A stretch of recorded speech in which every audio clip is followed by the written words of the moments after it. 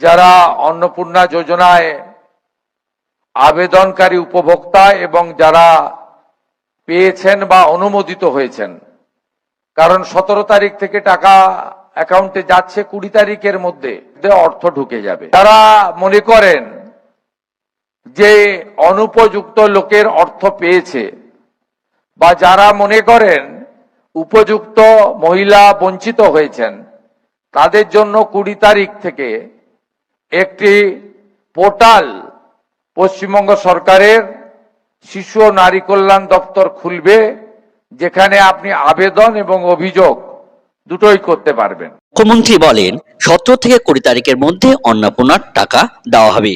তারপরে একটি গিভারেন্স পোর্টাল খোলা হবে, অর্থাৎ সেইখানে যারা বেনিয়মভাবে টাকা পেয়েছেন তাদের নামে অভিযোগ করা যাবে।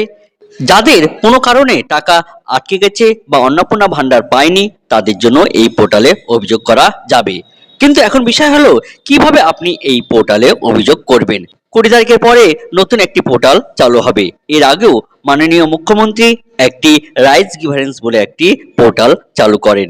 সেইখানে আমরা কিভাবে অভিযোগ জানাতাম বা নতুন পোর্টালে আপনি কিভাবে অভিযোগ জানাবেন, কিভাবে দরখাস্ত লিখবেন, কিভাবে সেটা পাঠাবেন, তা নিয়ে আজকে এই বিস্তারিত আলোচনা। তাই ভিডিওটি না স্কিপ করে পুরোটাই দেখবেন এবং এই চ্যানেলে নতুন হয়ে থাকলে অবশ্যই এই চ্যানেলটিকে সাবস্ক্রাইব করবেন এবং বেল আইকন নোটিফিকেশন অন করে রাখবেন। আর সবারই মধ্যে এই ভিডিওটি শেয়ার করে দেবেন যাতে সবাই এই ভিডিওটি দেখতে পায়।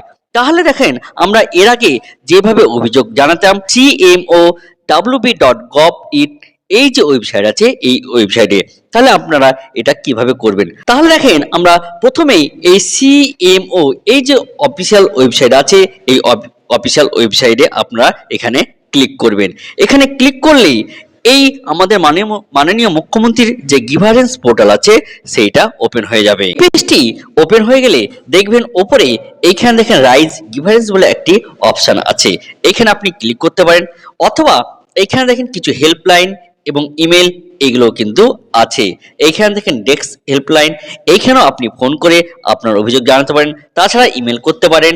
এখানে দেখেন রাইজ গিভারেন্স আছে। এতগুলো অপশন পাচ্ছেন আপনার অভিযোগ জানার জন্য। তাহলে আপনি কিভাবে আপনার অভিযোগ জানাতে পারেন? আপনি সরাসরি ইমেল করতে পারেন। ইমেল যদি আপনাকে করতে হয় তাহলে দেখেন এই ইমেল সাপোর্টে, অর্থাৎ এইখানে আপনাকে ক্লিক করতে হবে। এখানে ক্লিক করলেই আপনার কাছে ইমেল পাঠানোর জন্য একটি পেজ ওপেন হয়ে যাবে। আপনি যেখানে মাননীয় মুখ্যমন্ত্রীকে আপনি অভিযোগ জানাতে পারেন। তাহলে আপনি কি কি লিখবেন এই ইমেলে? এখানে দেখেন একটি তার ফরম্যাট তৈরি করা আছে, আপনি সেই ফরম্যাট অনুযায়ী আপনি লিখতে পারেন। এইখানে দেখেন যেটা আমরা লিখেছি, প্রথমে প্রাপক যে মাননীয় মুখ্যমন্ত্রী পশ্চিমবঙ্গ সরকার। বিষয় কি, অন্নপূর্ণা যোজনার আর্থিক সহায়তার টাকা এখনো না পাওয়ার প্রসঙ্গে অভিযোগ মাননীয় মুখ্যমন্ত্রী মহোদয়। সবিনয় আবেদন বা নিবেদন, আমি অন্নপূর্ণা যোজনার একজন আবেদনকারী ও যোগ্য উপভোক্তা, কিন্তু এখন পর্যন্ত আমার ব্যাংক অ্যাকাউন্টে অন্নপূর্ণা যোজনার নির্ধারিত আর্থিক সহায়তার টাকা জমা পড়েনি। আমার আবেদন সংক্রান্ত তথ্য ও নথিপত্র সঠিকভাবে জমা দেওয়া হয়েছে। অন্যদিকে অনেক উপভোক্তার টাকা জমা পড়লেও আমি এখনো সেই সুবিধা থেকে বঞ্চিত হয়েছি। অতএব আমার নিবেদন পুনরায় যাচাই করে কেন টাকা জমা পড়েনি তা জানানো এবং আমি যোগ্য হলে দ্রুত আমার ব্যাংক অ্যাকাউন্টে প্রাপ্য অর্থ পাঠানোর জন্য প্রয়োজনীয় ব্যবস্থা গ্রহণ করার অনুরোধ জানাচ্ছি। তারপর দেখেন আপনার নাম দিবেন, মোবাইল নাম্বার দিবেন, যে রেজিস্ট্রেশন নাম্বার দিবেন, তারপর আপনি আপনার এখানে একটা গ্রামের নাম দিবেন, জেলা দিবেন, ব্লক পৌরসভা দিবেন, তারপর আপনার যে ব্যাংক অ্যাকাউন্ট সেই ব্যাংক অ্যাকাউন্ট দিবেন, এখানে ডেট দিবেন, তারপর এখানে দেখেন আপনি সিগনেচার করবেন।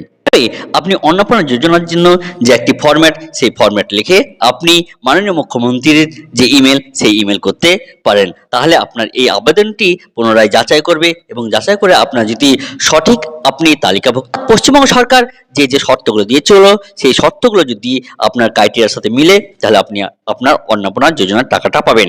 তাহলে যখন আপনার এই ফরম্যাটটি লেখা হয়ে গেছে, তখন এইখানে দেখেন একটি তীর চিহ্ন আছে, এই তীর চিহ্নতে ক্লিক করলে আপনার যে ইমেল, আপনার যে অভিযোগ, সেই অভিযোগ সিএম দপ্তরে চলে যাবে। তাহলে এইভাবে আপনি আপনার যে অন্নপূর্ণা যোজনার যে অভিযোগ, সেই অভিযোগ আপনি জানাতে পারেন নির্দিষ্ট পোর্টালের মাধ্যমে। তাহলে মাননীয় মুখ্যমন্ত্রী বললেন 17 থেকে 20 তারিখের মধ্যে অন্নপূর্ণ টাকা দেওয়া হবে, তারপর একটি নতুন পোর্টাল খোলা হবে, সেই পোর্টালে আপনাকে অভিযোগ জানাতে হবে। তাছাড়া আপনি এই সিএম দপ্তরে অর্থাৎ সিএম এর যে গিভারেন্স যে পোর্টাল খোলা হয়েছে সেখানেও আপনি তার অভিযোগ জানাতে পারেন। শুধু তাই নয়, 10ই জুলাই পর্যন্ত যারা আবেদন করেছিলেন 1 জুন থেকে, তাদেরই কেবলমাত্র ভেরিফিকেশন কমপ্লিট হয়েছে। 11 জুলাই থেকে 31 জুলাই যারা আবেদন করেছেন, যদিও সংখ্যা অনেক কম, কারণ মোট 1,80,00,000 আবেদন করেছিলেন, তার মধ্যে 10ই জুলাই পর্যন্ত 1,66,00,000 মহিলারা আবেদন করেছিলেন।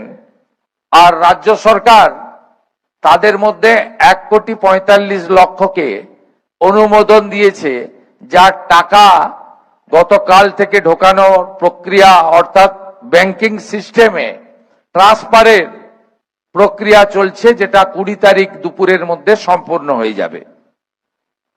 এর বাইরে যারা থাকলেন, অর্থাৎ আরো 14 লক্ষ আবেদনকারী যারা 10ই জুলাইয়ের পরে আবেদন করেছেন, তাদের আরো 1 মাস ধরে ভেরিফিকেশন করে পরবর্তী মাসের তালিকায় উপযুক্ত মহিলারা আসবেন।